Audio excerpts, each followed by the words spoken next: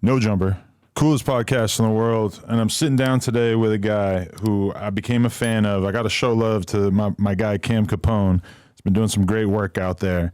And you've kind of become a regular on his podcast. But just so everybody knows, you were basically there every step of the way throughout the formation of Young Jeezy's career. And then lately you kind of like stepped more into the forefront in terms of telling your story about what all those years were like and everything. Right. My man Clem is in the building. I'm here, man. How you feeling? I feel good. You Yeah. know? Straight from Indianapolis, Indiana, Naptown. Okay. All the way here to No Jumper. Because that's where you're originally from. Yeah, I'm from Indianapolis, yep. Right. Okay. And so what was your childhood like? I guess let's do some early stuff. My childhood was good, you know. Regular black childhood, growing up in the ghetto. We had a strong family hold. Grandma made sure everybody was straight. Family was straight, you know. Basically just making it, and really, that's, you know, we had a strong family. Right. So calling my grandmother and, you know, my cousin's Coach K. Right. So, you know, And so was that like your sole window into what was going on in the music business and the entertainment business? Because he was older and he was already being successful? that was my big cousin. So, and I always looked up to him. So, and I always wanted to do what he did. So, whatever he was doing, I wanted to do. Right. And he always has been into music.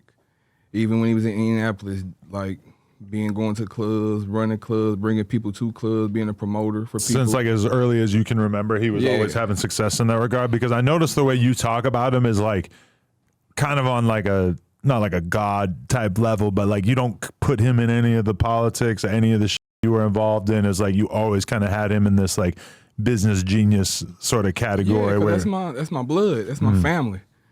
You know, no matter what went on with the Jeezy situation and all that, between him and Jeezy was business. I looked at it as all business. At the end of the day, when he left, I stayed because I was already so in depth in it with him, with Jeezy. But that don't mean nothing because that's still my family. Right. We both know what was going on. It wasn't. I always seen Coach. Don't nobody know that. I pull up a Coach at QC Studios all the time. That's my family. I know where his condo at. I know, family of functions, Thanksgiving, Christmas, we there, like, so. Right. But so, okay, you was that like kind of your plan when you were like getting out of high school? It was like, I'm going to holler at Coach and try to like kind of see if I can get something going in the music business? Yeah, I already knew that when I got out of high school, I was going to move to Atlanta because that's where he was. But my uncles and aunties, even his mama, already had lived in Atlanta in the 90s. So I was coming to Atlanta in the 90s as in middle school and stuff for summer vacations to stay with my uncle and aunties. So and you're seeing that it's lit compared to Indiana? it was lit. Yeah, it was it was different from where I came from, like totally different.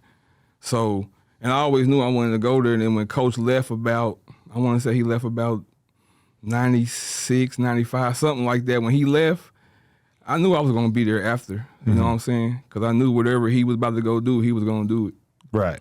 Okay. And so how do you go about kind of moving out there when it's time for you to do that? But before all that, I was still living in Indianapolis. So I would just go back and forth. Like Coach would call us, like, birthday bash coming up. Come down. Y'all go do the promotion with Jeezy. So he's giving you like little jobs. Yeah, me little jobs. So I brought me and like 4 of my homeboys from Indianapolis down, and we went and did promotions for him. Like the first All-Star game, we was there doing promotion for Jeezy.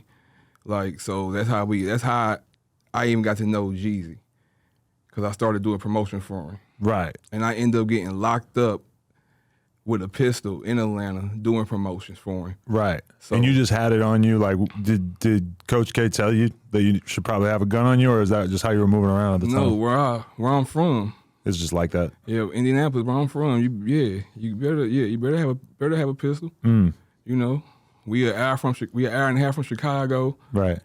3 hours from St. Louis. An hour and a half from Louisville. Ohio, an hour and a half. You know, Midwest. Right. Definitely. So what was your first impression of Jeezy? Because I've been listening to so many different people's stories. Thank you again to Cam Capone. He's been interviewing like Dread, and I think he had Slick Pulla on there, and just all these different people that were kind of involved in this time period. And it is kind of shocking to me how many of the people that Jeezy spent all that time around, he ended up falling out with, and just basically they ended up not really having great things to say about him. Yeah, but see, my situation is different from all theirs. Okay. Because my situation is not about no money. It's not about no contracts. It's not about no beats. It's not about no songs being written. It's not about no credits on no albums or nothing. This is all about him breaking his word and not keeping it 100 like we, you know, the word I'm trying to get at. Like we all said together, like having a ritual. You know what I'm saying? Sitting around the round table and saying this what it is. Right. And this is what we gonna do, and we ain't breaking the code. What specifically though? Like you mean just like him referring to you as his brother, or like what was it exactly that he didn't do that you felt like he was supposed to have done? I mean, just keep it 100 with what you said. Like you broke every word into everybody. Like I was the last one there. You know what I'm saying? I was the last one there, and I left.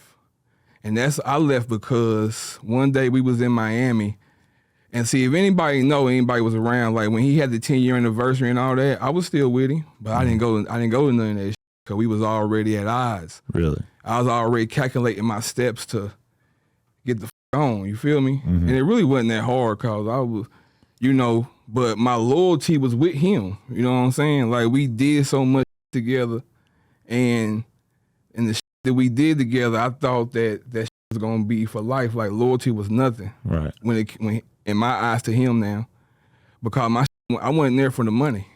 You know what I'm saying? I wasn't there for the money. Right. I was there for the loyalty and the love that I had for him, and that I had for the whole family, not just him. Like from all the Macon Boys crew, from Unionville, all the homies. Like rest in peace Kingpin, rest in peace Pookie Loke.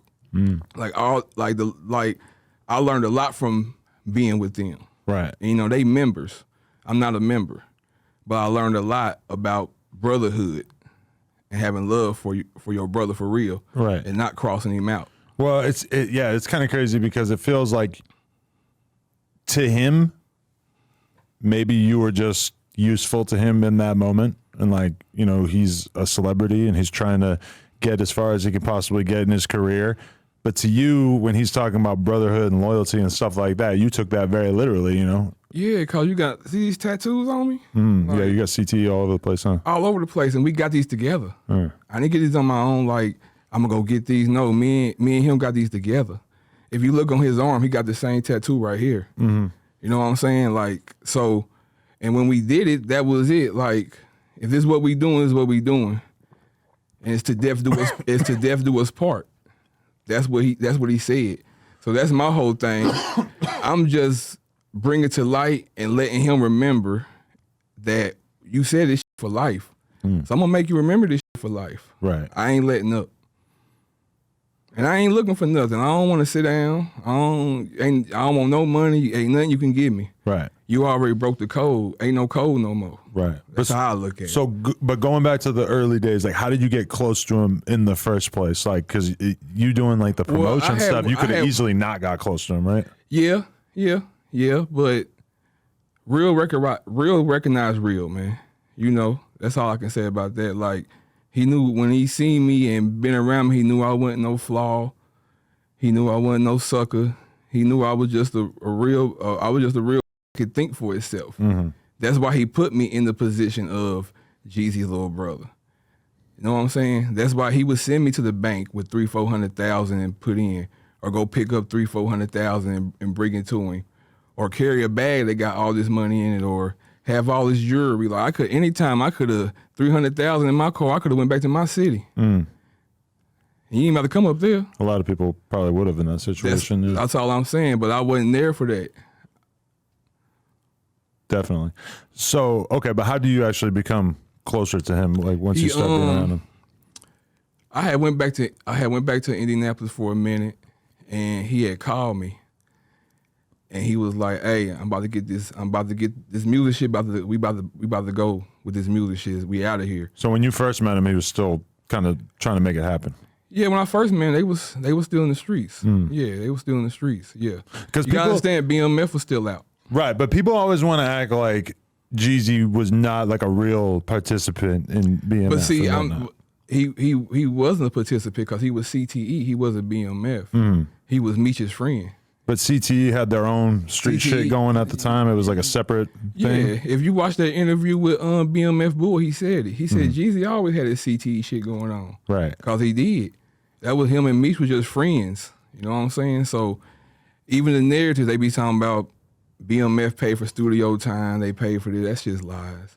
Like, I would never, what I got going on with Jeezy is personal, and it's not about what he did before. Because what he did before, I know is true.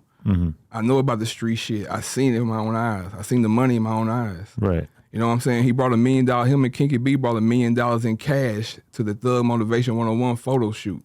They money, like, it wasn't, you know what I'm saying? But just in general, normally we expect like rival or like drug crews in the same city to not necessarily get along. How did it end up being that BMF decided like, okay, we're going to make this guy kind of like our rapper that we're going to sort of stamp? They didn't. It was, I mean, he was, like I said, he was friends with Meech. So they was hanging out together. You know, he was, you know, y'all could put it together if you're friends with Meech and you're in the streets. You know what I'm saying? Right. So they were doing business at whatever the time, they was doing. Okay. I don't know. Right. But I'm just saying, like, they didn't have to stamp him because what meant to be is meant to be. You couldn't deny his music. They always talking about they stamped him, but what about what happened? What happened with Blue Da Vinci? Yeah. He got all the videos and all the money and all the cars. They stamping him hard. Yeah. Like, certain thing is meant to be. You couldn't deny Jeezy. So if Jeezy's part of your crew and you hear this music and he slapping in the club, that's good for everybody. Right. But it ain't like they were just going around paying for DJs to play the songs. When the DJ heard the shit, they had to play. Like, this shit's crazy. Right. So when Rick Ross said like you're not a member, you're just an affiliate in that one song, was it Rick Ross who said it? Is that not really an accurate description of how close he actually was to those guys? Shit. In my eyes, right now, what would you want to be? Affiliate? You right. I'm not a member. Once the Fed charges start coming down, yeah, for sure. I'll be an affiliate. Thank you, Rick Ross, for that song. I don't want to, I'm an affiliate. Right. I just hang around. I ain't doing nothing. Right. Definitely. Okay, but so you go back to Indianapolis, and then he starts calling you, wants you to come back out. What, he just needed somebody else solid to kind of be around, help keep the operation moving? You know, when he called, he just said, I fuck with you. Like, I fuck with you. I see you a real when you solid. I want you to come. I'm about to do this music shit. You Coach Cousin. So why not? You know? And then when I flew back to Atlanta, I stayed with Coach for like 2 weeks, and then Jeezy like, shit, fuck that, you about to move with me. So that's how that happened. Right.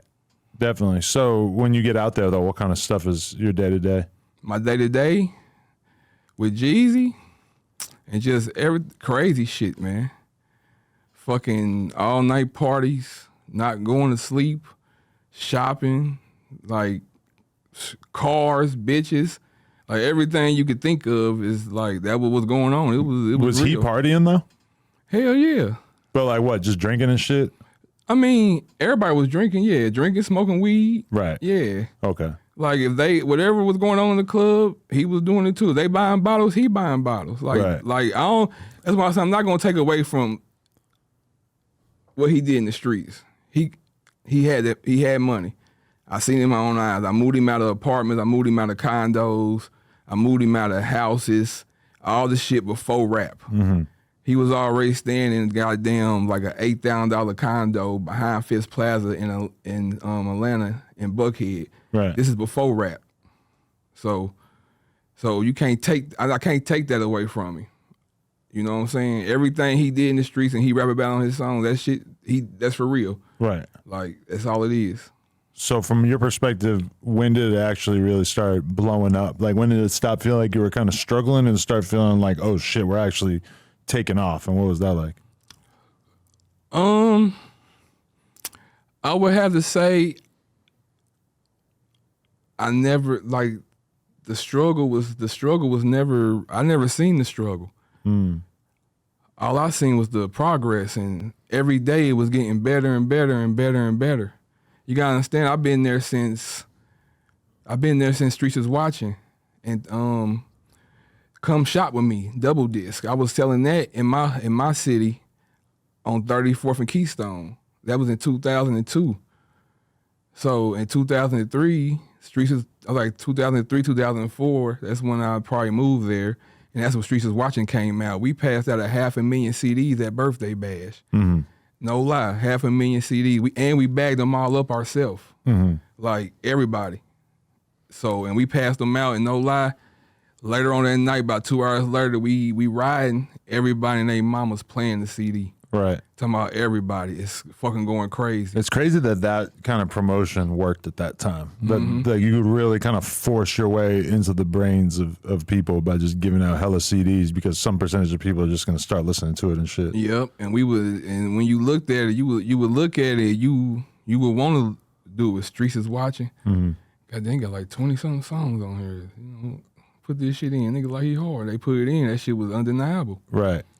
Yeah, it was weird because I'm in New York at the time, and it's like all of a sudden we're just seeing like that was when it became like extremely clear of like, oh, this down south shit is like really taking over, and New York rap isn't necessarily going to be at the forefront of the conversation, because we kind of watched as 50 and Dipset and Mobb Deep and all the Jay-Z's and the Nas's and all this shit kind of takes a backseat to Jeezy and Gucci and all this shit coming out of Atlanta and stuff. And from our perspective, it was kind of crazy because, you know, you're looking at like a Jeezy versus like a Jay-Z, and like lyrically, he's not even trying to be on that kind of level, but it was just blowing the fuck up. Right. Take the back seat to Jeezy. I don't know about no fucking Gucci. Yeah. Why do you still hold on to that grudge against Gucci so bad? It gets deep. Some shit for life. Right. That's how I feel. Some shit for life. Right. You know what I'm saying? Like some shit you just don't let go. I don't give a fuck what's involved. You know what I'm saying? Like you just don't let some shit go. And then I just feel like that shit was a smack in the face to a lot of people when he did that versus shit, man. Really? Like that shit was a smack in the face. And I'm talking about Jeezy smacking us in the face. Cause we expected that from him. And so when that happened, did you think it was a smack in the face before it even occurred? Because once it occurred, it ended up being way more disrespectful than probably anybody could have expected in terms of Gucci actually like saying the shit about smoking Pookie Loc. I don't think anybody expected him to say that. Right. Yeah, no, they expected him to say it. They expected him. If you know. Everything he did, I expected. I knew he was gonna do it. If he wouldn't have did it, what else would it really been for the verses? Cause he has no songs to match up with Jeezy's catalog. I'm just gonna keep it 100. But he has a lot of big records. Man, like bigger than who? Probably not as big as Jeezy, yeah. Thank you, that's all I'm saying. Like, and they know this. Like, we talking about. Okay, but let's be real. At this moment in time, Gucci's career and his catalog, I feel like in a lot of ways kind of aged better than Jeezy. I feel like Jeezy's music is not necessarily as in touch with the younger generation. I know you don't want to hear this, but on the other hand, I feel like countless times I will have young artists on here and I realize that Gucci was like the first artist, Gucci and Wayne and shit, that they first tapped in with when they were younger. I feel like in a lot of ways, even if it wasn't as big, it was more influential. Yeah, because he was down there with him.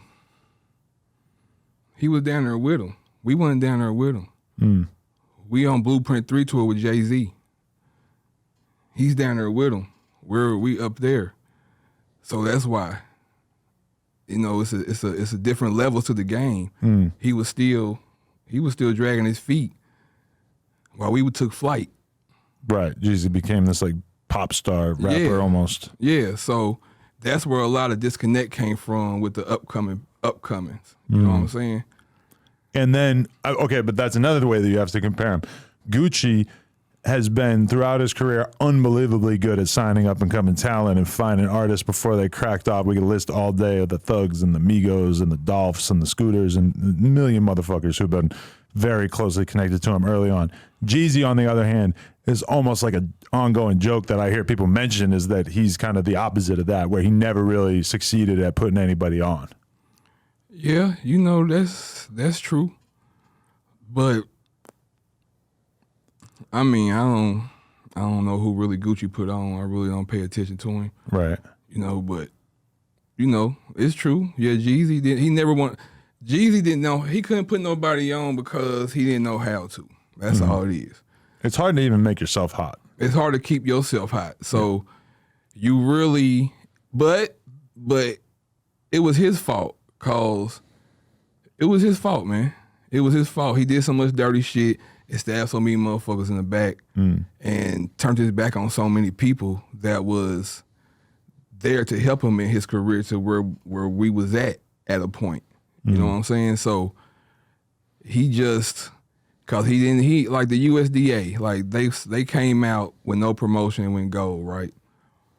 He kicked them off the tour. Right. It was supposed to be a Jeezy % USDA tour. And why did he kick him off? Shit. Did it even benefit him financially to kick them off? Was that like, oh, he's gonna get more of the money if he? Shit, that's how we look at it now.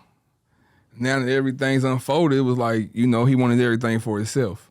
Cause why wouldn't you take your group on tour? You know what I'm saying? They just went gold. If you take them on tour, they definitely gonna go platinum. You took them off the tour, told them you don't want them on the tour, did the tour by yourself. Yeah, but I mean, even going before that, like I remember before Jeezy even really fully blew up, he was in that group Boys in the Hood, and they had Puff behind it, and it was like, oh shit, this is like a new group coming out of Atlanta. There's not a lot of this kind of energy coming out and everything. But at the same time, it's like Jeezy was having like a solo career that was kind of blowing up at the same time. So a lot of people are looking at the Boys in the Hood shit like, how is this gonna survive this? And then sure enough, Jeezy ended up leaving before the shit damn near even got off the ground, right? Do you consider right. that another example of that sort of selfish mentality? I mean, not really, because I think they knew what they signed up for. You got a guy that signed to a group just for an album. It wasn't for nothing else. Albums and videos, it wasn't no contract to go on tour with them or nothing. So the vision was not for this to last 10 years. The vision was to make what Jeezy and CTE got going on even more bigger. That was the plan. Right. It wasn't it really wasn't no plan to just, we about to take this Boys in the Hood shit to the map. No, we about to ride a little wave while our wave was riding too, put it together, and cause he signed a solo deal with Def Jam at the same time. Right. So when did that ever happen? But was the idea like, this way I'm gonna have Def Jam promoting me as a solo artist, and then I can have Puff and whoever else is involved in the Boys in the Hood shit promote me at the same time? Because at the time it was like how much promotion you were getting was basically like decided by the label budgets that were gonna get you magazine ads and magazine features. By him signing with Boys in the Hood and Puff made the negotiations even better at Def Jam. They wanted a part of it. And he's already got his own buzz going dumb all around the South. Cricket market going crazy, running around getting dumb money. Right. So they wanted a part of it. It was undeniable. Right. Definitely. And so you're saying that like him leaving that group was inevitable. So that's not really like a good example of some snake shit or some disloyal type shit, the same way that the USDA thing was? No. Cause he even told, I know for a fact he told Boys in the Hood, man, y'all might as well come over here with me and go on tour with me. Y'all gonna get more money. Y'all going on tour with Blocking them, y'all in y'all pockets. Y'all come over here with me, it's guaranteed. It's gonna be a big bag, cause my buzz is stupid right now. I don't need y'all at all. Definitely. So, okay, going back to the Gucci thing, that feels like that's kind of worth digging into. Like, when that shit began, you know, that conflict. Were you around for the So Icy negotiations or him even appearing on that song? Did he even think of it as a big deal when he first appeared on the So Icy song? I was there when he did the verse. I was there when he shot the video. And did it seem like nothing at the time? Like Gucci was just another random rapper that he's doing a song with? Yeah, that's all it was. It was another nigga that was coming up in Atlanta. Right. And everybody was cool then, though. Everybody was cool. You know, we did So Icy. We did Black Tea. Right. So, you know, the beef never came from So Icy. Never. There was never no beef about So Icy. Wasn't nobody trying to get that record and none of that shit. It wasn't about that. It was some other shit. What was that? That it was just motherfuckers in niggas' ears making the motherfucker hate. That's all it was. People all in his ear. And, you know, he really thought Jeezy dissed him on Trap or Die when he said, I got more G's in a Gucci bag. You know, because we had got word that he thought that shit. But we was like, what? And it wasn't about that? No, he said it. I got more G's in the Gucci bag. He didn't say Gucci Mane. That's a stretch. Yeah. Like, But, you know, it was just, I don't know, man. It was just egos involved. That shit get deep. But so was your knowledge of Gucci, like, because I always heard that like he wanted to fuck with BMF, but they viewed him as too much of a robber and that he had too many problems with people, so they weren't really trying to fuck with him. You know, I really don't know. I wasn't BMF. I was CTE. And I didn't, you know. But if there were people in Jeezy's ear basically telling him not to fuck with Gucci, it would make sense that it was people who had that impression of him. Right? No. You can't tell another man that got money, oh, we ain't fucking with him dissing. No, that shit was on some other shit. That shit was on some ego shit. You know, we both coming up. We both got a buzz. Let's see who win out this shit. Right. You know what I'm saying? And shit got deep and whatever. And, you know. But Gucci also had this version of it that he told where basically Jeezy was performing and he was performing the song without Gucci's verse on it, which from my perspective in the music industry, not really that out of the ordinary. Something that happens all the time is that me and you do a song together and the song becomes a big hit. You're performing it on the road, even if it's technically an Adam 22 song, you're going to be performing it, right? That's pretty normal. Although I could understand how Gucci, as being somebody who's kind of new in the music business and kind of hard-headed and hot-headed, that he would maybe look at that and be like, how's he not performing this in full with me coming out, right? Is he there? Gucci? Was he there to performing with him, or he just be playing his verse? I'm not sure if there was like one example of it happening when he was there and he felt like he should have been involved. But I've seen that a million times where you're at a festival or a show with like, 10 artists on the bill or whatever, and there's two artists that have a song together and one of them performs the song and does not bring out the other one even if they got a song together. Seen it many times. Yeah, I really don't know, man. Like, we killed him on every verse. So it really didn't matter. I love that you're still holding it down for him, man. Certain loyalty dies hard with Clem. Yeah, for sure. I like that. I live by that. For real. So, okay, but what ends up happening where, like, Gucci basically gets the idea, and actually I think it was on a mixtape, that there was money on his head to come back with his chain. Now, I know you're probably going to be particular about how you discuss this, but how much truth was there to that idea? It was just a verse. It wasn't, I don't know if it was a verse or the end of the song. It was just something to say. You know what I'm saying? I mean, at the time, shit, I guess, fuck it, yeah. Go for it. Fuck him. Right. If a nigga said, that's what a nigga meant back then. But he didn't mean that now because, he made up with him, so. Right. But it wasn't serious enough that Jeezy would have actually sent somebody after him, but it was serious enough that he would joke around about the idea of sending somebody after him on a mixtape outro? Yeah. It was just a song. Right. It was just a song. There wasn't nothing to it. He really didn't mean it. For sure. So, okay, then this incident occurs where somebody who I get the idea that you were good friends with him, Pookie Loke, ends up losing his life. What was your relationship with Pookie Loke? What can you tell us about him?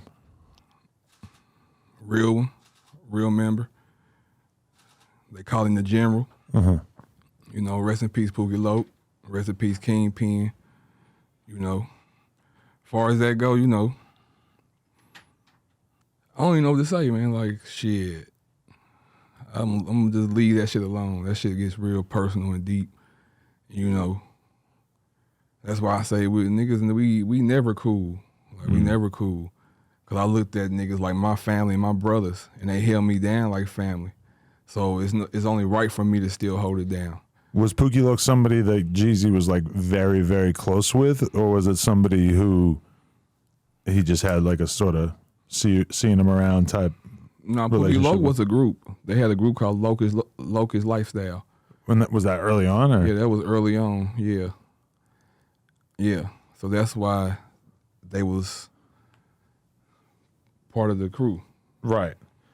Did you ever get wind of the fact that I did an interview with this guy, Young Throwback, who basically said that he was part of Gucci's entourage, and he kind of stopped short of 100% saying it, but he basically made it sound like that scenario in which Gucci allegedly killed Pookie Loc, that he was actually the one who was there. I don't even know who that is. Who? Young Throwback, that don't ring a bell? Nope. Not at all. He said what? He basically made it sound like he was the one who ended up pulling the trigger that night. Damn, he said that? That's news to you? Yeah. He kind of stopped short of saying it 100%, so I kind of left the interview a little bit confused at what exactly he was intending to get across. I never heard of him. Really? Interesting. I know he was around in the scene at that time, but... Didn't know him. Okay. Like I said, they was beneath us. Mm-hmm. Like we was like, it was, I didn't know them guys, man. Them guys weren't even welcome in the city of Atlanta limits for years. And that's true facts. Gucci and everybody was with him? Whatever his crew was back then. That's just facts. I'm just gonna keep it 100. All the bullshit, everybody, they be talking like it was a belt getting put to ass back then. Really? If motherfuckers came across niggas. After that incident? Yeah, way after that incident. Yeah, way after that. Damn, so it got tricky after that. Okay. Do you remember where you were when you heard the news about what happened to Pookie? No. I can't really remember. I think I might have been, I don't know where I was. I might have been at Thug Mansion. Or I might have been at, I don't know where I was. I can't remember. Okay. I can't remember where I was.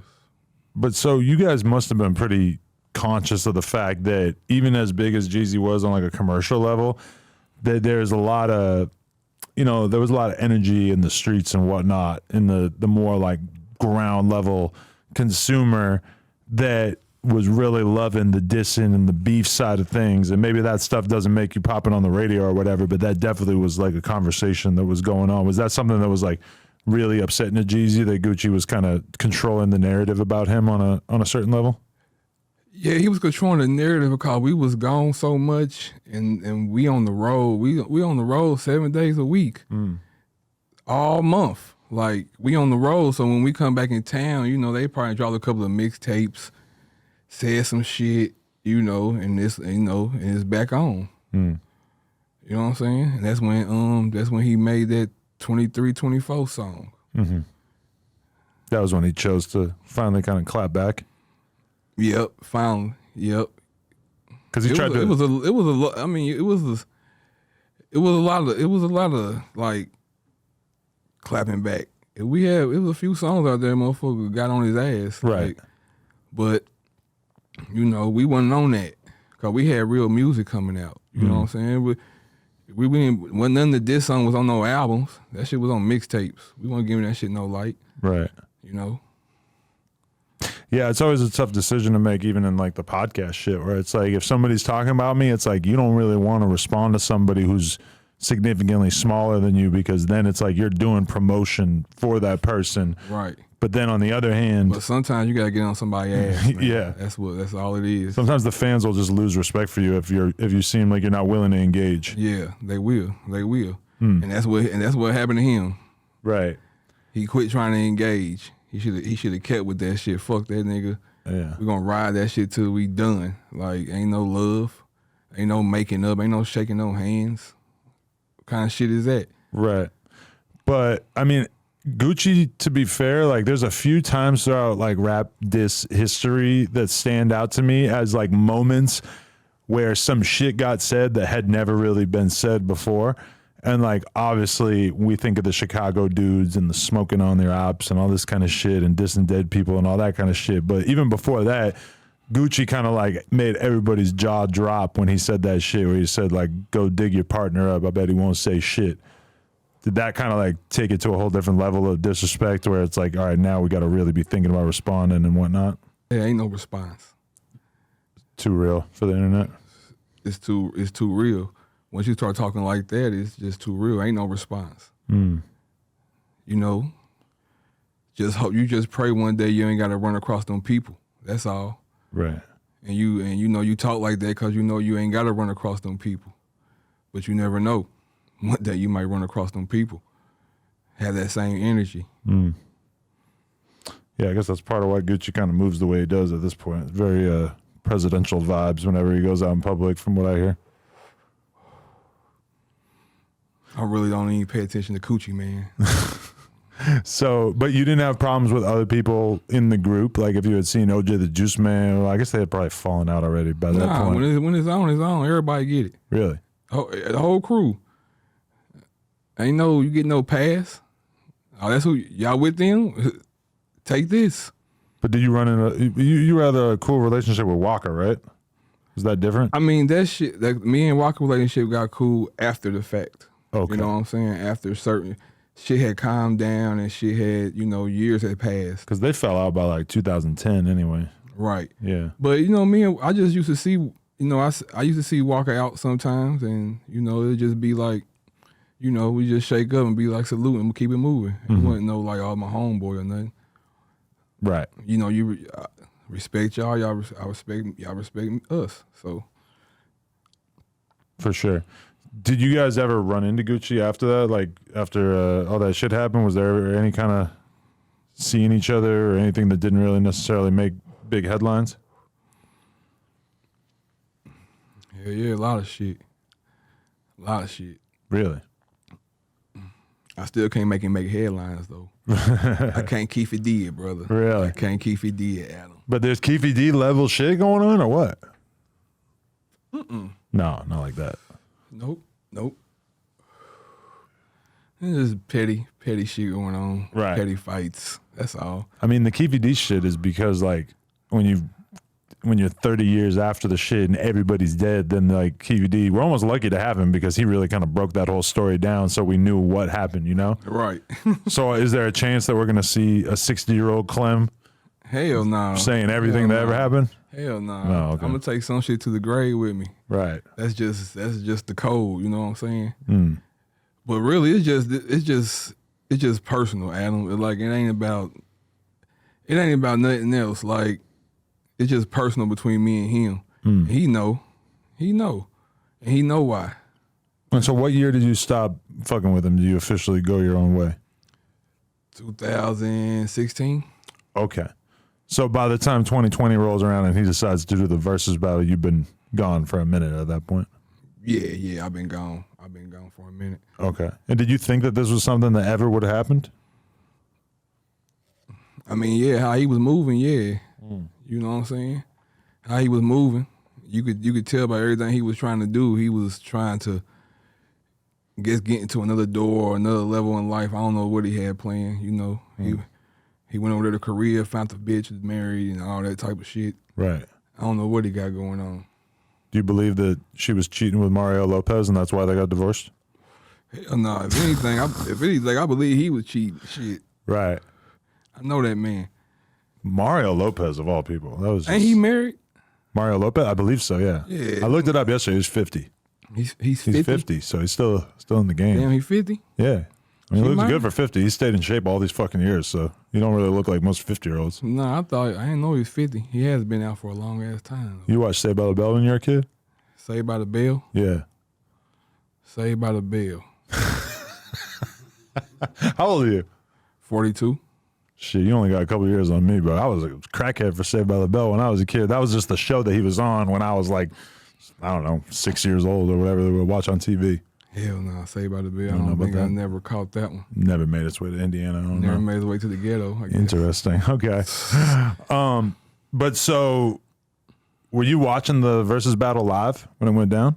Hell no, I ain't watched that shit. Okay. Not at all. So you had to hear about it from the I Instagram pages and shit? Yeah, Instagram pages, motherfuckers clowning on there. You see people going live, praising the shit. Right. You know, all the lame shit. But, you know, I expected it from him. That's why I didn't watch. I know he was going to do some stupid shit. Right. He's retarded. So, but, you know, we get off of him, you know. Okay, last question, though, is just...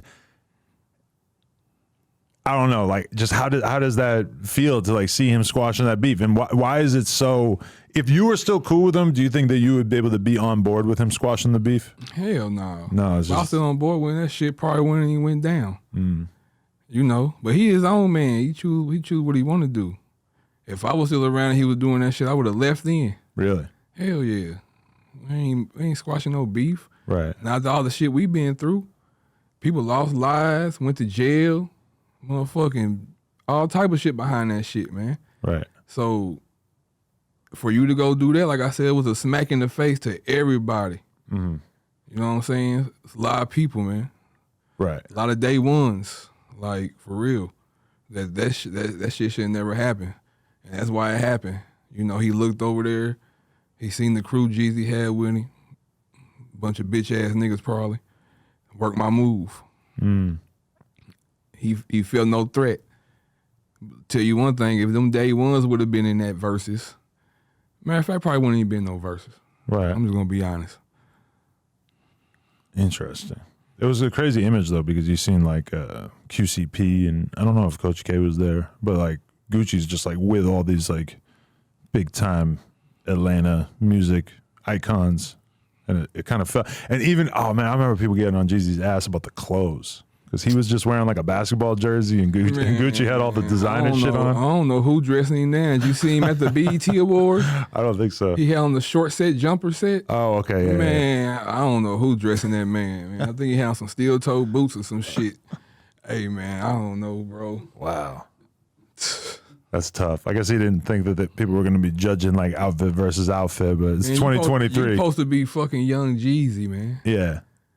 For real, though, like... You coming in a come promo on, shirt man. or something. You coming in, yeah, come on, man.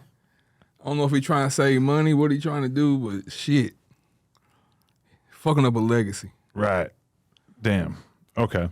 So back in the day, though, in the early days of his career, like, how controversial was the fact that he was kind of running shit to some extent all around Atlanta, that you guys were really, like, making Atlanta your home, but he wasn't actually technically from Atlanta? Like, how big a deal was that? That's probably where a lot of the issues came from. He's not from Atlanta. But shit, we came and took that bitch over. We painted the city blue every night. Right. No lie. 100, 200 Crips every night. Moving. Dead ass. And so how did you avoid falling into the Crip thing, or did you? Was that something you just kind of accepted at a certain point? I mean, nah, them was my brothers. Like, we became a family. You know what I'm saying? And that's what they doing. So I'm guilty by association. Right. And that's my family, that's my brothers. We on the road together. We everywhere together. We putting our life in each other's hands. So I'm with what they with. That's all that was. Was it hard to manage, like, having that many gang members rolling through to, like, club shit and concerts and stuff like that? Or was no, it? not really, cause they all was already militant. Like, they was members. So, and they just wasn't no little boys. Niggas was men. Niggas been out there doing shit, so they know how to move. That's why Jeezy was able to move like that and never get touched. You know what I'm saying? Because he was moving right at the time? He was moving right, yeah. You had niggas that was really watching, really making sure you was safe. Before you can even get to Jeezy, you gotta go through a line of niggas. And they weren't playing. You come on with some bullshit, your ass is grass. You violate, we demonstrate. That what we said. You violate, we demonstrate. And we never lost one. How many of those people do you think still got a relationship with Jeezy now? Nobody. Really? Like actually nobody? Nobody. I talk to everybody. What do you think that is? That he just, as a person, doesn't necessarily stay close to people or try to maintain those kind of relationships? Man, I don't know. I look at it as selfishness and greed, man. A lot of backstabbing went on, bro. A lot of dishonest shit. Really? You know. But at the end of the day, I stayed the longest. So I was with the shit. People would say, oh, you stayed the longest, so you was with the shit with him. No, that's just what my loyalty was. That's who I came into it with. Him. So whatever he on, I'm on. Everybody knew that. It's not a secret. You know what I'm saying? Whatever Jeezy on, Clem on. You know what I'm saying? The whole world knew me, or whoever knew me as Jeezy's little brother, because that's how he presented me. And that's the pedestal that he put me on. Before you can even talk to him, you had to talk to me. Right. That's just what it was. But in retrospect, did you turn the other cheek on a lot of shit that you should have probably like been more judgmental about, the way you look at it now? No, not really, because I always looked at it like that shit ain't got nothing to do with me. You know what I'm saying? Like what he did with the shit that he doing fucked up, but well, shit, what I'm gonna say? I ain't got no business. I ain't got no control, no business. Shit, I'm here for him, and that's what it was supposed to be. But you know, he switched up. So, what was your relationship with Blood Raw like? Blood Raw, that was day one. That's family. Right. Stayed in the Thug Mansion with us. Yeah, day one. Right. And he's kind of has like a similar story to you, where he was very, very close to him early on, and then they ended up kind of. Yeah, everybody was close. We like, you gotta understand, at the where Jeezy was at his career, you can't name one rapper that was at where he was at that was living with his whole crew. Like, we woke up together, we went to sleep together, we eat, sleep, shit together. And this was every day. Like, so it was different. Nobody, he you know, that's how the bond got so tight with everybody, cause we thugged it together from the beginning. So it's kind of interesting because I feel like a lot of rappers prefer to keep like a bigger degree of, like, they have their homies from when they're coming up, but they don't necessarily, like, I don't know, they only will let like a certain group of people really get close to them. And rappers now, it's kind of more like they rely on security from very early on to protect them more often than not. Right. See, when we first started, our security we ain't had no security. You had no real security no matter what. Man, our security was, man, ex-felons, niggas out of prison. Like, it was homies. Like, we had homies. Like, security was the homies. OG homies too. We had some OG homies like that get it in on your ass. You know what I'm saying? They were security too. So, but then shit started changing. People want to do other shit. So, yeah, because that shit only is gonna work for so long. When you have like your homies doing security, I've kind of seen that where at a certain point, a lot of your homies are gonna end up being pretty fucking unprofessional more often than not. But B, you know, as time goes by, a lot of those dudes get kind of sick of just hanging out, and they end up wanting. But a lot of the homies is professional. Like, everybody was. It wasn't nobody out there doing no shit that wasn't supposed to be done. You know what I'm saying? It wasn't no shit like, oh, why y'all do that? Everything that happened was supposed to happen. You know what I'm saying? Everybody did what they were supposed to do and held it down like they supposed to held it down, but he didn't. There's plenty of altercation when niggas get locked up. He probably didn't get them out. Niggas had to do other shit to get out. So it was a lot of shit that went on. A lot of shit, backdooring deals on niggas. Like my boy Carbon. My boy Carbon brought him a Puma deal. He didn't want to do the Puma deal. He went to go do some bullshit other shoes called, I forget the name of them motherfuckers. Damn, I can't think of the names. But anyway, Carbon brought him the goddamn Avion deal. He told Carbon he didn't want to do it. Then went behind Carbon back and signed the deal. Really? Yeah. So All type of shit. Carbon 1-5, that was like his manager early on? It wasn't his manager. It was Carbon was like the A&R. Okay. Yeah. And he would just be bringing deals to the table as well? Yeah, because Carbon was, he know how to communicate. You know what I'm saying? He know how to talk. So, and he would meet people. You know what I'm saying? And certain shit, you bring it to him, and he didn't want to do the shit, but then go behind your back and do it. Right. Without you. Yeah, I think he's supposed to do an interview at some point. Like from your perspective, how did they kind of fall out in that relationship end? Basically, all the your word not being binding, you just breaking the code. You just breaking the code. A motherfucker only gonna stay around for so long when you keep just doing a nigga wrong. You know what I'm saying? Like you keep playing on a nigga, so shit gotta change. Like when you start moving wrong, gotta move around. Right. That's all that was, and Karma's a real one. Karma 15 is a real one. Mm-hmm. But yeah, I mean that shit is kind of crazy because it's like so many rappers. I know you've seen this a million times. Like once you start really being that superstar and having that level of success, the people around you just kind of let you treat them however you want to treat them, and they don't stand up for themselves in the same way that you would normally expect grown people to stand up for themselves. And that's why he started switching up on people, because the day ones and the people that was there from the beginning, you couldn't just do them any type of way. You know what I'm saying? You talking about some real gang members. Like they ain't going for no disrespect from you just cause you think you got some money. That ain't going like that. And that's just how it was. But Jeezy never disrespected nobody. He never disrespected nobody. He just started moving different, cutting niggas off and just doing funny shit. And like I said, I was there for all of it, so I seen it. You know what I'm saying? Definitely. So you never thought about rapping during all this time being around him doing his rap? I didn't want to do. I was there I wanted to do something in the business. That's what I was there for. I wasn't trying to make a beat. I wasn't trying to write a song. I wasn't try to.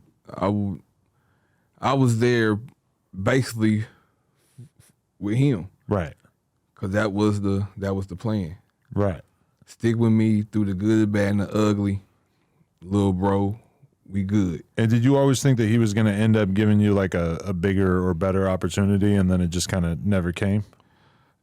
I mean, there was plenty of times that he could have gave me bigger opportunities and made me role manager and made me something, but he didn't. He always bring somebody. He was the type of nigga that brings somebody else in to do your job, but then you would have to end up doing your job anyway because these folks don't know what to do.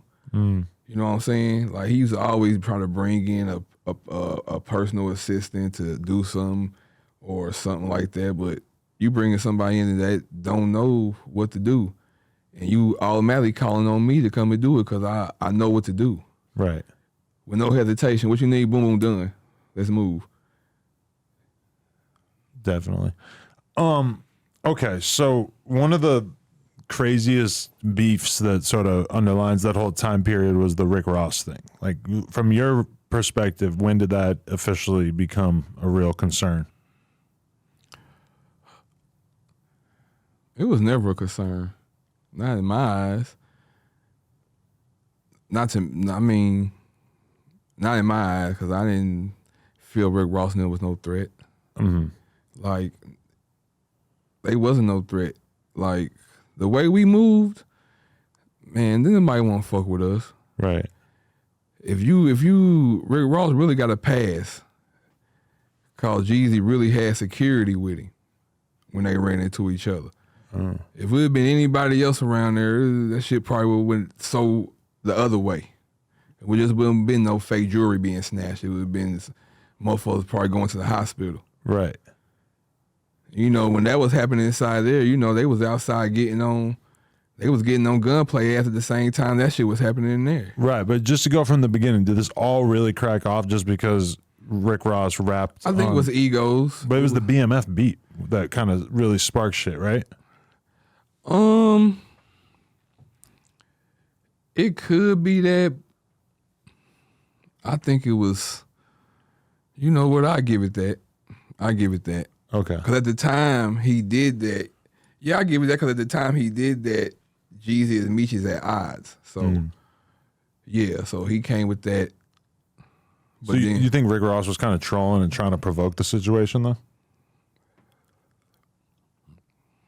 Because he is a sort of master of this sort of shit. You know, you look at people like Rick Ross and 50, and they're just very good at like pulling the strings publicly to sort of orchestrate whatever they want to take place with who likes each other and who doesn't and whatnot. To me, the Jeezy and Rick Ross beef was really some monkey shit to me. Like I really didn't even, you know, that shit was just like some music shit. You know, that shit really wasn't no, you know, street shit. Mm-hmm. But even though we got on niggas' asses though, you know, I think Torch touched the ground 5 times in New York. What do you mean? When we ran to them. Torch?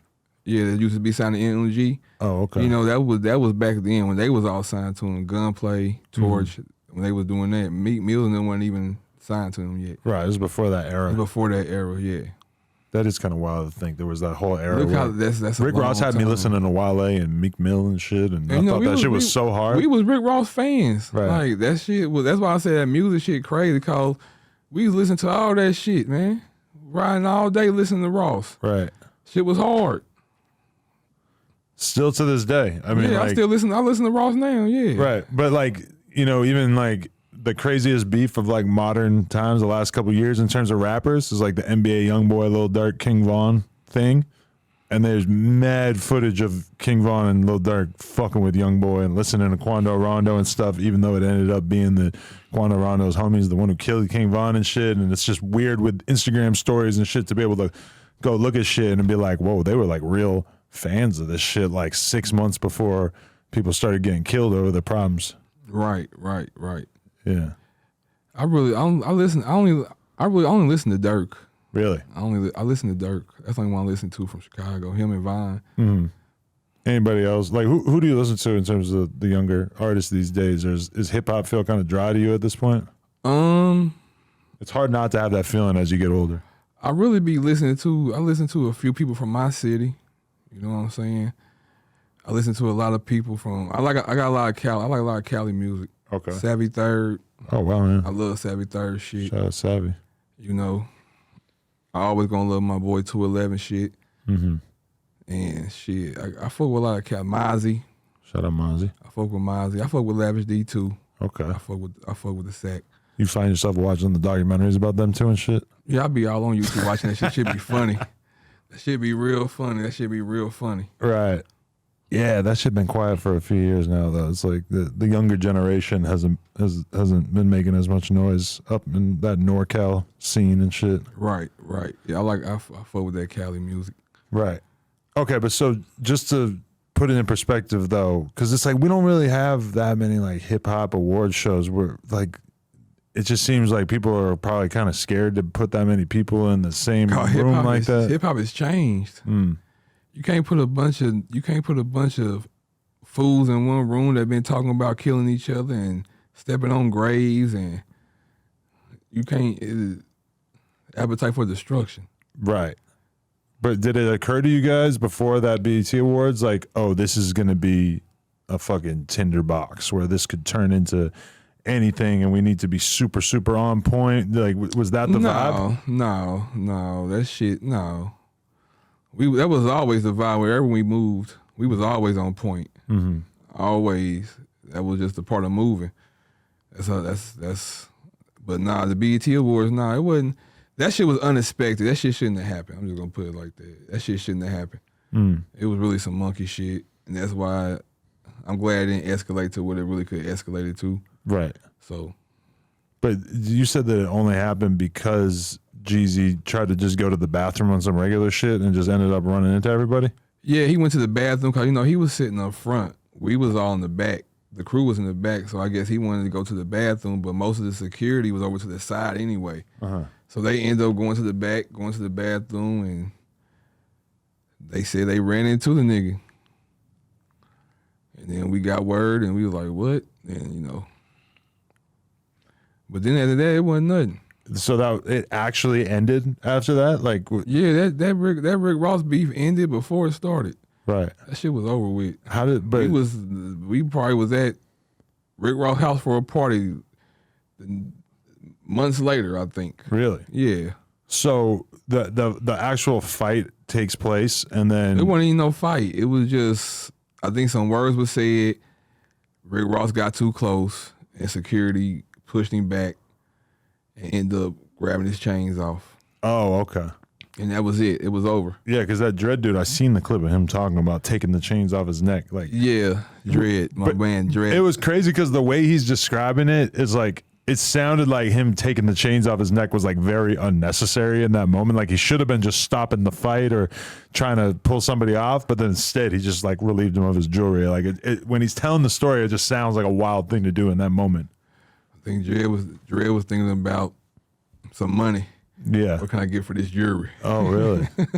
That's the kind of bodyguard you need, I guess. Yeah, but I think it was just some spur of the moment type shit, and it was police and everything right there. So Right. if you watch the footage, you would see the police and shit right there. So it was just it really was just some let me get this nigga away from my client type shit. But since you want to play, I'm gonna take your chains. Right. I'm gonna get some kind of. We gonna say we did something. But what happened to the chains? They was all fake, I think. Oh, really? Yeah. Matter of fact, I think he told that story. Rick Ross. No, Dredd told that story. He said one of the Right, he chains did was say real. that, yeah. He said he went and pawned it when he bought an AK. Right. So the fake chains were still worth something? Nah, one chain wasn't fake. Oh, okay. Yeah. That's wild. Like, do you think that was normal at that time? Was Jeezy ever wearing fake jewelry to events and stuff? Yeah. I mean, I can not to events. No, he wasn't wearing no fake jewelry to events. Definitely was going to see Fezzy. That's a jeweler in Atlanta, but Okay. nah, Jeezy wasn't wearing no fake. He probably wore some fake shit later on in the career. I do remember him having some old fake Versace chain type shit, some gold shit that was just too big and all that. It was fake, I think. It wasn't real. It's just weird because now we live in the era where there's pages like fake watch buster and fake jewelry buster and all this kind of shit. And like, I've seen it like where people just like really think that they're out here like looking good for many, many years online. And then one of these pages just posts up like, hey, your whole fucking watch collection is fake. Fake. And it's like, for somebody like Rick Ross, that feels like it would be such a risk to his identity as this rich rapper motherfucker that it's like kind of hard for me to imagine a rapper actually doing the fake chain thing in this day and age. Right. Even though obviously But like they do costume jewelry. They do? Yeah, for shows and shit. You know what I'm saying? Everybody do that shit. Them real diamonds cost a lot. yeah. They be wearing all these chains. That shit costs a lot. But that shit really don't cost a lot because that shit ain't real for real. Really? Not in my eyes. I gotta fucking find out more about that because that just seems like crazy liability to like be seen out in public with a bunch of fake shit on. But we came up in the era before social media, so You could get away with a lot more. now you getting away with a lot more. It wasn't even it was real shit back then. Like when we first started, it wasn't no 2003, 4, 5, wasn't no Facebook. Like niggas was really wearing the Rolexes and the Jacobs and all that shit was real. I remember going to New York with them, going in the Jacobs store and they going in back rooms and secret doors and shit. Like, but now I don't believe all these niggas jewelry is real. I feel like with the internet, it's got to be so much harder to pass off the fake jewelry. I've seen a lot of people pushing the shit of like rappers borrowing stuff from jewelers to like wear a couple times and then they just give it back. Or might not take it back and the jeweler got to sue him. Yeah, well, that's when you find out about Yeah, these that's when deals. you find out about it. Yeah, definitely. There was like a crazy video of Jeezy like walking through Miami super fucking deep after that situation with Rick Ross. Was that before or after the BET Awards fight? Walking in Miami. Yeah, or it was some video of him walking like super deep in public. I think that was that was an award show they had in Miami that year. Oh, okay. It was something that's why we was. Matter of fact, it was Memorial Weekend. That's Memorial Weekend. Okay. Yeah. But do you remember like what conversation had to take place between Jeezy and Rick Ross to actually get them to the point of being cool after that shit? Whatever conversation took place, I'm sure Def Jam set it up. You know what I'm saying? They both signed to Def Jam.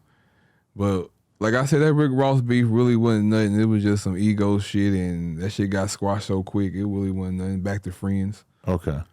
But the DJ drama thing was a bit more serious? Yeah, the DJ drama thing was a bit more serious, yeah. So what's your recollection of how that actually got set off? The DJ drama shit really started because he started fucking with Coochie Man. Right. So that's how that shit started. And you know, that's a no-no, you know. You doing a mixtape with him and he's dissing on the mixtape, get on your ass too. So it was words being said back and forth. And some shit had happened where somebody had got touched. So it escalated. Who got touched? I can't really remember. It was at an old award show, the Source Awards. I think they snuck one of the promo team or somebody that was just working for us. It really wasn't nobody that was around that was part of the crew. It is kind of crazy because it's like DJ Drama being from Philly. Like a lot of people, once he really got cracking, people thought that he was from Atlanta. Yeah. And was Jeezy was like the first Atlanta artist that he was like working with super tough?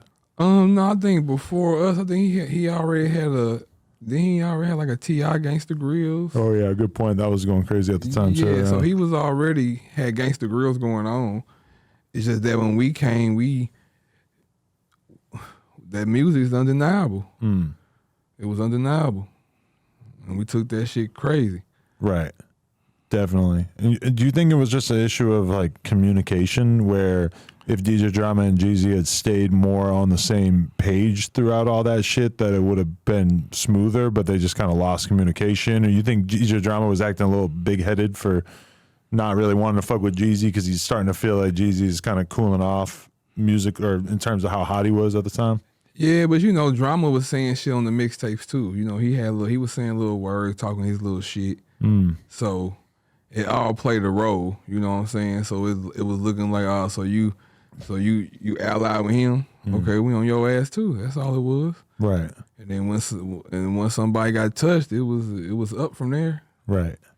That's crazy because that just feels like the early days of rappers really not being able to fuck with each other and like having to make these kind of decisions. Like I don't remember thinking about that a lot when I was younger listening to rap, but then I remember that situation and thinking like, oh, this is just like an obvious one where DJ Drama like basically just completely had to pick sides. And it would have been, being the way that he was moving at the time, it would have been kind of a big decision for him to not fuck with an artist who was really popping off because of a relationship that he already had. Like I go through this as an interviewer all the time where it's like you kind of have to choose who you want to fuck with at a certain point because you know if you fuck with one person that their enemies are not going to fuck with you if they're all kind of like on the same level, you know? Right. And that's what happened with the shit you seeing now with the Boy and T.I. ending their beef. Gucci and T.I. just squashed their beef on stage this weekend or something. Never had no beef. Beef is when motherfuckers get touched. Right. Beef is when, what Biggie say, when I see you, it's gonna be I see you. Right. That's what beef is. They just had problems because T.I. chose the side back then. And he chose Jeezy's side. So that's what it was. So that's why, you know, he was throwing shots at T.I., but they never had no real run-ins and beefs and like none of their crews never collided or nothing. Right. So it really wasn't no beef. It was just that shit. It is kind of wild because it's like Gucci came out of jail or prison and like seemed like he wanted to like get on good terms with a lot of people that he kind of dissed in that whole 2014 era before he got locked up. But then there's like a few of those beefs that never got addressed. Like the Waka shit just seems like they're never going to get on good terms. Right. The Yo Gotti thing, I don't believe that we've seen them patch shit up. Right. But that's, some motherfuckers you can't patch shit up with. That's how it should be. You know what I'm saying? Like when you said, when the fuck boy came home, he was all on the internet talking about he don't want to make up with Jeezy. He don't, for what? what's that gonna do for me? He was dissing in. Now you still want to shake this man's hand and do a versus with him, Right. and he been dissing from the beginning to the end. He's still dissing. So what was even now? He's still saying shit. I don't know if he said nothing now, but it's some recent shit after the verses. I bet you that. Yeah, I mean, it's one thing to squash a beef, and it's another thing to squash a beef in such a way that you make it incredibly obvious that you want to be perceived as the victor in this beef, you know? And it's like Jay-Z always ends up squashing beef with all the different people that he has problems with from earlier in his career, but he also always kind of does it in a way where it's clear that he's making it apparent that he's the one who has the most power in this situation. Right. And it's kind of a different thing, you know. It's like you still want to hold on to that feeling. Yeah, and that's why him and if you been paying attention, you don't see Jeezy with Hov no more. You used to see Jeezy and Hov together all the time. Right. Man, Hov used to come out on every show we had. If we had a big show, he would come out and fuck with us. He was, he wanted to, Jeezy, CTE and Jeezy was supposed to be like CMG right now. If we would have had the right motherfucking position, that's where he was supposed to be. Cause Jeezy, he was how Jay-Z fuck with Gotti. Right. That's how he was with Jeezy. But why do you think the Jay-Z relationship kind of fell apart? Cause Jeezy left Rock Nation. Oh, right. Yeah. He left Rock Nation after the Wiz Khalifa tour. Right. Yep. Why did he leave Rock Nation? He just wasn't feeling it? Man, he was mad because he wasn't the headliner. He was mad he was coming on before Wiz. But this is Wiz tour. Right. Wiz is a touring artist. We trying to get you in the position to be a touring artist. Just play your role. And a lot of times I don't think you want to be the headliner. It's not as good as it looks because it's hard to be the headliner. You know, a lot of times if you're the OG, you might want to let the young, hot, new artist headline because that actually you might have more people in the seats to see you perform than if you go last. A lot of times, even if you're the bigger artist, a lot of the people might end up leaving after the young, hot, new artist, which Wiz seems like he was at the time. Right. And people gonna know, and like people gonna show up. Even if you a hot artist, it don't matter when you go on. If them people gonna be there early just so they won't miss you. Right. If they find out you going on before this person, they gonna. So it really wasn't the problem. It was just he wanted to be the big dog of the show, and you couldn't. He didn't want to share the light. But that shit went left anyway, cause motherfuckers ended up getting locked up and going to jail and shit. So Who did? in California. Jeezy got locked up in that situation, or? Yeah, that was the Wiz tour. Oh, okay. What did he actually get locked up for that time? It was some bullshit went down where a promoter got killed. Oh, yeah, I remember this story. Right? Yeah. And were you guys ever actually like charged with that or anything, or it was just like an investigation? No, that shit got we wasn't never a part of that. That shit was some. It was like a robbery that happened right in front of your bus. Yeah, it was a robbery happened. Yeah, it was a shooting that happened in front of the bus. We didn't even know none of the niggas. We just knew the promoter because he was coming to pay us for a show. But then that shit happened. So, man, when I look at how I make a living versus what it takes to be a rapper, especially during that era where you had to be on the road all the time and constantly putting yourself into positions where people want to do things to you, want to take the money from you, where you even have to like intercept money and get paid and shit. It just seems like a fucking nightmare at times. Like even just having to move around with crazy amounts of your homies and security and whatever to protect you. Like, but did you like being in that environment, being on tour and shit consistently, or was it kind of stressful? Oh no, that shit wasn't stressful. You gotta understand that shit was a one in a lifetime opportunity. Like I would never I would never change history. Right. Like I would go back and do everything exactly how I did it again.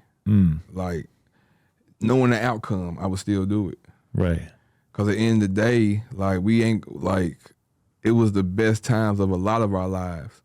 You had young black men coming from the ghetto, coming from nothing,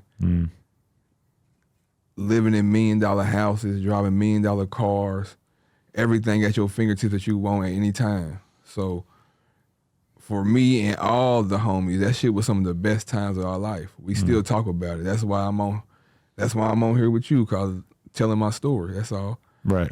You know, I'm telling our story because it's more than just me. It's a whole family of us. Right. And a lot of people, like, given the fact that he didn't really put on that many artists, a lot of people kind of lose sight of that fact that, like, CTE was something bigger than just one person. It's kind of like the way that, like, you could take any random Crip or Blood set out of LA, and then let's say the leader or the president or the person who's kind of the highest up, let's say he ends up doing some fuck shit, or he ends up dying, or he's just not around anymore. That doesn't change the fact that all the dudes who are under him still have this thing that they're a part of and stuff. So it's right. That it must be I see the way that you talk about it in interviews and stuff, where it's like CTE means a lot to you regardless of the fact that you don't fuck with the person who was the head of it. Yeah. But, you know, he was the head of it, him and Kinky B. Mm-hmm. You know what I'm saying? But to be honest with you, we kicked him out. We kicked Jeezy out of CTE. Really? Because everybody I know still corporate thugging. Uh-huh. You know what I'm saying? Like I said, that shit's for life. Like, it's like no matter what goes on, this shit is for life. You can't erase history. It was always corporate thugging, or did it have another meaning before that? Nah, it was corporate thugging entertainment. Right. You know, but if you take it to it could mean something else if you take it to some gang member shit. That's what I'm thinking. I'm like, the gang member version of it's got to be like cutthroat entertainment or some shit, no? Cribbing to the end. Oh, see, there we go, yeah. But I'm not a gang member. Right. You're not really your favorite version of it. I got you. Yeah. All right. Okay, so I guess like you left shit in, what did you say, 2016, 2017? Right. But then you didn't start doing interviews until what, 2022, 2023? Let me see. I probably left, let me see, I might have left in 2015. Okay. Yeah, I might have left in 2015. Because I really was, like, no matter what nobody say, I've been over that shit, man. You know what I'm saying? That shit was 8, 9, 10 years ago. Uh-huh. So I got over that shit a long time ago. And the whole reason I've been over that shit is because of my family. You feel me? Because of Coach K. You know what I'm saying? So I've been over that shit. But seeing him do interviews and just trying to discredit what we did at the beginning, like he's never been so happy in his life. He was depressed for 8 years and all, he lost all his friends. No, you did all your friends wrong. Mm-hmm. That's all it is. Right. Yeah, because like I saw something when you said that he's cut countless people out of business deals. Like, were there other examples of that besides just the one that you mentioned earlier? His main homeboy, Kinky B. You know what I'm saying? Shouts out to Kinky B. Kinky B got a new label too called Hush Entertainment. Okay. For sure. Is he doing interviews? Has he been out on the scene doing that kind of shit? Or yeah, he had a few interviews with B-High and all them. Yep. Oh, really? Okay. Yep. Tap into that. Yeah, for sure. Hush Entertainment. Look for it. He got some shit coming. But yeah, just like King, like you can go on the internet and see the court case when he had the lawyer get up and say King had nothing to do with CTE. Mm. He didn't do nothing. He didn't spend one penny. He didn't do this. He didn't do that. He was living in Middle Georgia while I was up in Atlanta building a brand. That's all a lie. Really? That's all a lie. I've been here from the beginning. I rode with Kink before to his house, $1 million house, to go get money out of safe so they can pay bills and take care of rap shit in studio time. Mm. That's a fact. So, you know, so once you see shit, like once I start seeing shit like that and him discrediting everything, I had to speak up for us. I had to. Right. Because everybody was loyal. Everybody had the best interest in hand, but he didn't. Mm. That's just facts. The truth, truth can't be hate. Right. That's just all it is. Truth cannot be hate. Who's the first person that proposed the idea of you doing an interview or telling your story? Like, what made you actually decide to come out and kind of start being more vocal? Because you waited like 7 years or whatever after you left. I think I was on the phone with Carbon 15, man. Mm. And I was like, man, I am tired of this nigga. He did his verses Like, he just smacking us all in the face. He like, fuck us. He rather go, so you rather go make up with Gucci Man, but you ain't gonna come make up with people you called your brother? People that you came from the bottom with for real, far as him and Kinky B, you gonna make up with Gucci Man? Like, that shit just, it's weirdo shit. It just seemed fake because it's so obvious it was fake. for business shit. Yeah, he was trying to, he always gonna be Young Jeezy. We know that's a fact. But he's trying to chase that light again, so he's trying to do anything to get in the light. You know what I'm saying? That's all it is.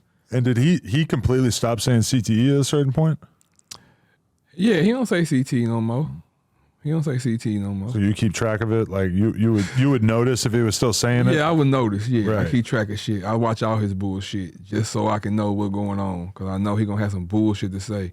If you were a rapper, it would be such a layup to do a diss song where you said something about like CTE, but you made it like CTE, like head trauma. Like there's something there that I can't necessarily put together, but a real rapper would be able to. Right. That's got to be kind of weird to be banging something for 20 years and then all of a sudden it's just like another, like people when they say CTE now, I think about football players and shit. Right. Yeah, you right. I had a few concussions. I always wonder. That fucked me up long term. But that's why I'm here now, Adam. Yeah. To put the CTE back in the light, so people won't forget. Right. Could you see yourself having an addition, like a role in the music business going forward, like working with artists again and shit? No. Right. I'm doing the YouTube thing now. I'm about to start doing reactions on my page. You know, I got my page got monetized in like 25 days. Really? When I first started, my shit went crazy. Like I'm already at like a million views. Right. Just with I just hit 7,000 followers. So probably a lot of the things that you did early in Jeezy's career are not things that you would necessarily be dying to do with your time now as a grown ass man, right? Nah, I'm really done with music. Like that shit's nah. I've been there, done that.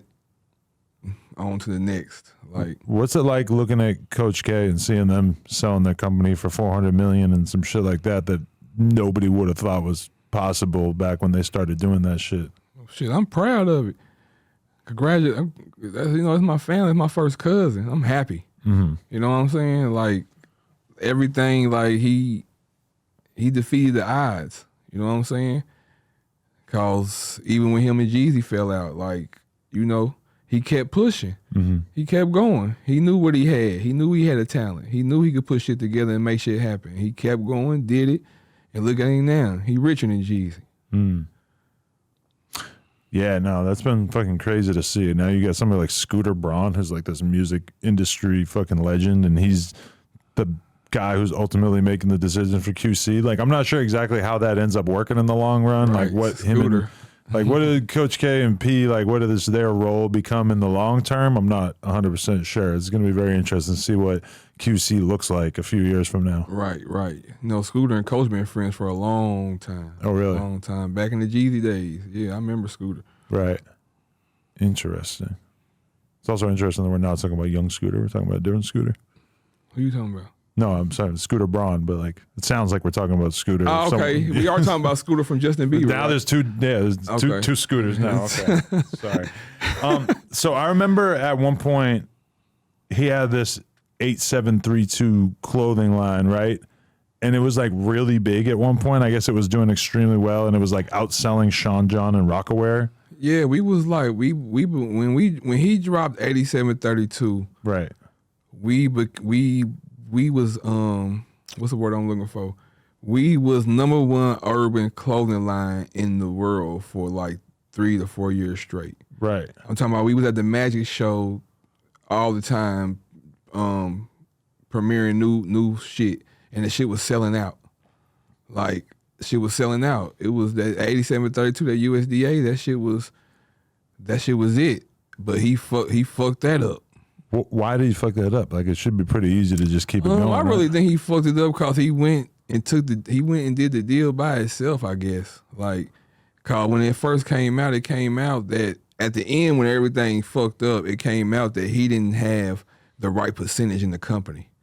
So he, by this clothing line going number one urban clothing line in the world, he's not really seeing any money. And I guess the deal that he signed, he just wanted to get out of the deal. That's why that shit started going down and down and down, because it came to a point where he was like, fuck that shit. They were literally seeing books of new clothes to go look at and shit. He wouldn't even look at that shit. Right. He'd be like, because he owned like a couple percentage points of it or some shit. It wasn't shit. Whatever him and his lawyer made, the deal with the shit, that he really wasn't getting nothing off of it. That's why that shit went, he gave it up. Wow, that's crazy. You know what else is crazy? I just realized that I have the snowman right behind your head on the wall. Yeah, I seen it earlier out dinner. Well, there's a LA Mexican rapper named Jeezy. He's part of a group called Shoreline Mafia. So his name is Jeezy. And then at one point he ended up doing a skateboard as Jeezy the Snowman, and he got that curly ass head of hair. So don't have the CTE legal department contact us. That was produced many years ago. No. There ain't no CT legal department. No. I think the government own that shit or something. So, okay.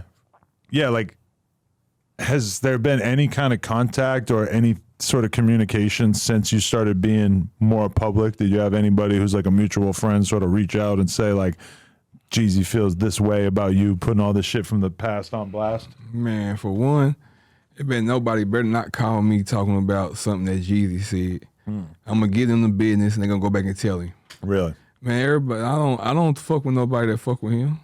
I don't. Anybody that fuck with him ain't got my number. They peons anyway. So it's like that? Like all the friendship has been kind of divided in this. Ain't no friends. He ain't got no friends. He said that shit on the interview. I lost over 400 friends. Yeah, you did, nigga. You right. Not fucking with you. Right.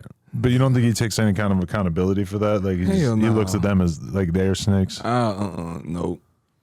He look at it. I've with that man for years. He ain't caring about that shit. You know what I'm saying? He's for self. I seen it for years.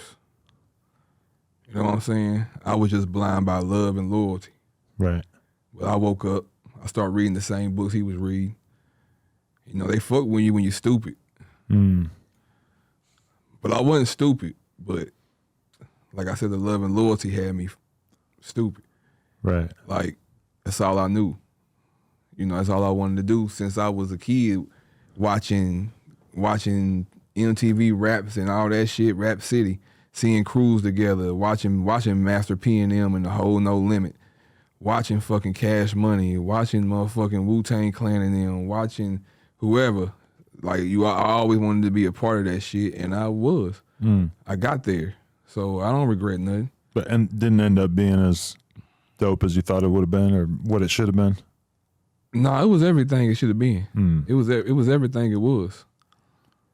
It was everything it was. Like I said, it ain't no hate, because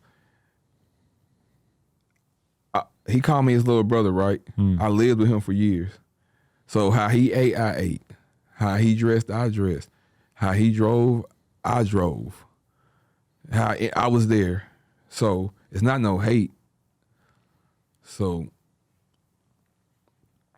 what advice would you give to somebody who is like right now in a similar position where maybe they have a friend who's blowing up as a rapper and they're sort of like on their team or moving around with them and shit like that? Because I do feel like as much as your situation seems unique, this is something that I see basically happening to people all the time, where like a rapper will be popping off and they have friends or they have people that they're close with early on. And then I kind of view it from the perspective of that person of like how exactly, like, because it's the kind of thing where a lot of times if you ask for a very good specific role or a job or a title or whatever, that might be the thing that kind of makes the rapper in question stop fucking with you. So a lot of times people who are in this position end up just kind of hanging out for a period of time before they get sick of it or whatever. Like what kind of advice would you give to somebody who's in a similar position to what you were in?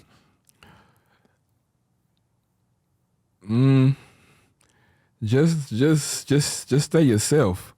Just be you. Don't do no fake shit. Don't do no snake shit. Don't be on no jealousy shit, you know, because I wasn't never on none of that shit. I wasn't looking for another position. I never asked that man for nothing. You know what I'm saying? I never would. I was there for what I was there for, and that was for him. And that's period dot. I did everything. So, and I stayed solid. He can't he can't say nothing bad about me. He tried to in that song. And you know, just stay solid, because they gonna try to make you look like the bad guy at the end of the day. You know what I'm saying? Because they got the platform, people look up to them. So at the end of the day, you gonna be the bad guy anyway, but who gives a fuck? Right. As long as you know you stay solid in this situation and you didn't do no flaw shit, fuck what they think. Because that's how I am. Fuck what they think. That's why motherfuckers don't like me now. It's funny because I remember listening to academics talk about his worst ever interview. And I didn't actually listen to it, but he said his worst interview was Jeezy, that he interviewed him. And I don't know exactly if he tried to get him to talk about the Gucci shit or if he just tried to get him to talk about like his whole career and his past and stuff. And he just basically ended up saying it was the worst fucking interview he ever tried to do because he wasn't trying to have that conversation. He gonna play it to the left. He does a lot of damage control. Like he's not. He don't want to talk about it because it gets too real. Because everything he's gonna say about it is a lie. Right. Like he's not gonna tell the truth. He's not. He's not, and that's why I'm here telling the truth, because he's not. And I watched him sit there and not tell the truth so much. He even said on the interview one time, I live with all my homeboys. We used to wake up, they mad. I wake up, I'm mad. Everybody mad, and woo woo woo. And that was a lie. Everybody that woke up in the morning was happy. You talking about niggas that came from nothing. You know what I'm saying? Doing millionaire shit. Everybody was happy. It was the best time of everybody's life. And everybody I still talk to still say the same shit. Man, that shit was the best time of my life. Boy, you remember when we was in Ohio? Remember we was in Baltimore? Remember we was in Texas? Boy, you remember when we went to motherfucking Alaska? You remember goddamn, like, it's memories. Right. And he just lies, and I don't know, man. Sometimes I want to get on his ass if I ever catch him. Well, hopefully that doesn't happen. No, I ain't gonna get on his ass. Take your powers and put it into positive shit. I wish him the best. I don't want to hurt him. I don't want to see him dead. I don't want to see him broke. I don't want to see him fucked up. Like, at the end of the day, I still got, like, it's still love there because we went through a lot, but the code is broke. So I can't live by the code no more. It's a crazy feeling when you realize that somebody in your life who you were friends with fucked up bad enough that you're going to hate them forever. Yeah. Like, that's just a weird feeling, because then you're kind of like, oh, like, I'm going to carry that around with me for the rest of my life. Yeah, but at the same time, I'm a Pisces. Yeah. I'm a Pisces. Like, if we fuck with you, we fuck with you. Once you cross us, oh, it's over. I don't want nothing to do with you. I'm not talking about nothing to do with you. If you want a problem, let's go. But other than that, fuck you. It's just some shit you can't come back from, man. It's just some shit you shouldn't be able to come back from. Right. Like, it's just how it is. Like, the man left a lot of folks for dead, man. He didn't give a fuck about nobody else, family, nobody else, nothing. If nothing else, it's like a really fascinating case study into, like, a certain type of personality type matched with a certain type of success. Because we're kind of, like, used to hearing the stories about artists who, you know, become very successful and they take their team and they put their team on, etc. Like, my impression of Jeezy from having listened to all these interviews about him is that he's just not a people person. He's like he's a solo type of guy. He really has no personality. You know what I'm saying? Like, when he put that statement out about the divorce shit, get me and my family, for one, it's not your family no more. You're getting a divorce. Oh man. For two, your publicist wrote that. Nigga, I know you. You cannot put that shit together like that. No way. I don't care for how many books you write and how many books you read. You ain't putting shit together like that. You can put some songs together, though. You can write some songs. Right. But no. That was all publicists. Give me and my family the time. It's not your family. It's over with. Right. And then with the divorce, after you get a divorce, that means... Well, they have a kid, right? Family broke up. You baby daddy now. But you still have a family. Yeah, your family. Shit. She moving on, man. Yeah, I don't know. I would love to hear like a full breakdown of how that actually went down. You think that he was meant to be with this fancy Asian woman? Fancy Asian woman? Yeah, it's just kind of interesting. I never saw Young Jeezy. It's not his type. If I know him like I know him. Right. Hell no. That's not, I wouldn't have man, pictured him. let me tell you something, man. Me and my homeboys, when he got married, man, we all was like, how many years you give it? I give it 1. I give it about 2.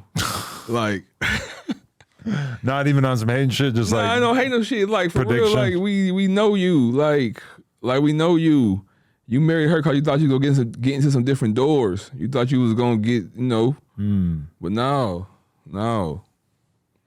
So, he went behind her back. They said he went behind her back, man. Yeah? They say he went behind her back. They say he fouled back in June. It's just now coming out. Oh, I'm still holding on to my hopes that this involves Mario Lopez. It seems kind of unlikely, but it would be a great story. It'd be a great story. It would. He might kill himself. But that'd be a big W for the Mexicans. Man, it'd be a big L for the niggas. Yeah, I guess so. Might be a little truth to that. All right, Clem, I appreciate you so much. What should people tap in with if they want to see whatever you got going on? Come to my YouTube page, Clemenza, a.k.a. Clem. Make sure you like, comment, subscribe. My Instagram is OCT Clemenza23. And other than that, original corporate thug. Let's go. Let's go. My man got a story to tell. Tap in with him. Appreciate you, Clem. No Jumper, coolest podcast in the world. Check us out on YouTube, TikTok, Patreon, Instagram, etc. Like, comment, and subscribe. NoJumper.com if you want to support. We out.